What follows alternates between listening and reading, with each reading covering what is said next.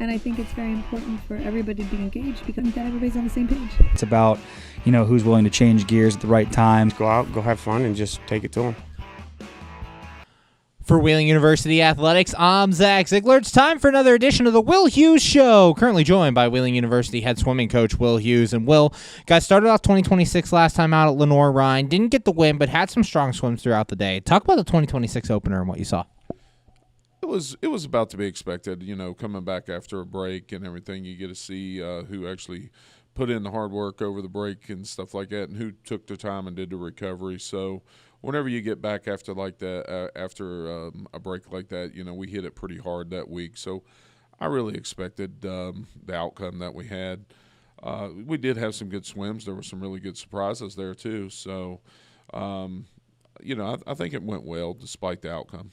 And you faced a tough Lenoir-Rhyne team. We talked about them before last week. How does seeing competition like that kind of help prepare you guys for what you're going to see here in the second half of the year?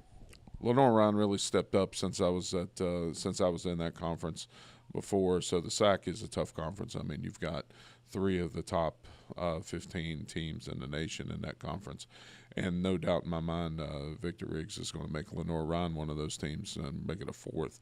It's going to be a strong conference in the future. They're really good. It's really good competition for us to go up against people like that. And on the men's side, we've talked about it a couple of times. Archie Piggott, another strong start here in 2026. Talk about him and kind of what made him go throughout the day. Archie swam really well. He's a competitor. He trains hard. He gets in the pool. He's going to make that push, and that's what he did. It was a beautiful race. He was not necessarily in the lead there at one point, and then you could just see that competitive spirit come out in him, and he started digging in, and he was just determined not to lose that race. And so it's really good to see that, in one of your swimmers.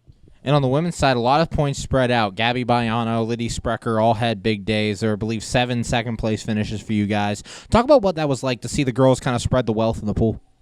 Well, you brought up something, several second-place finishes.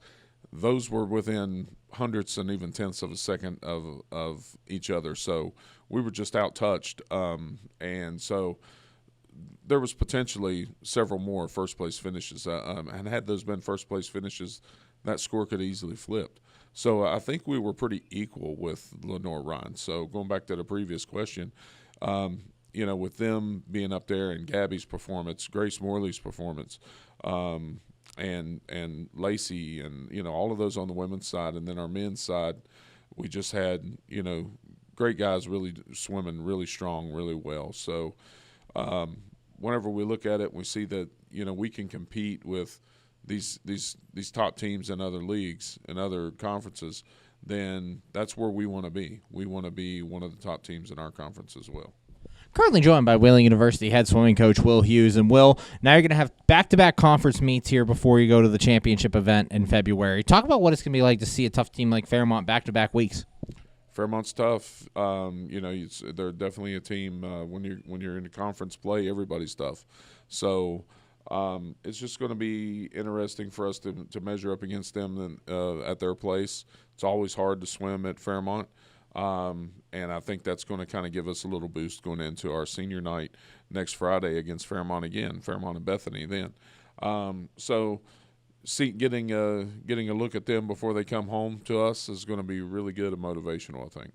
And looking at the conference standings, a lot of teams right up there at the top. You guys, Fairmont, Frostburg, all kind of battling for the top spot in the standings. Having so much competition around the MEC, what's that done for the conference and for your program? It's going to elevate the level of the conference, and that's what we want. We want the MEC to be up there and ranked high. We want our swimmers recognized. Every team wants our swimmers to be considered. We make national cuts. We want them. It really helps when we have a tough, strong conference that we're competing in, because then our swimmers get that consideration for nationals. And finally, as you guys get ready to head down the stretch, obviously against Fairmont State this week, what are some of your keys for your team as they kind of get ready for what they're going to face here in the championships?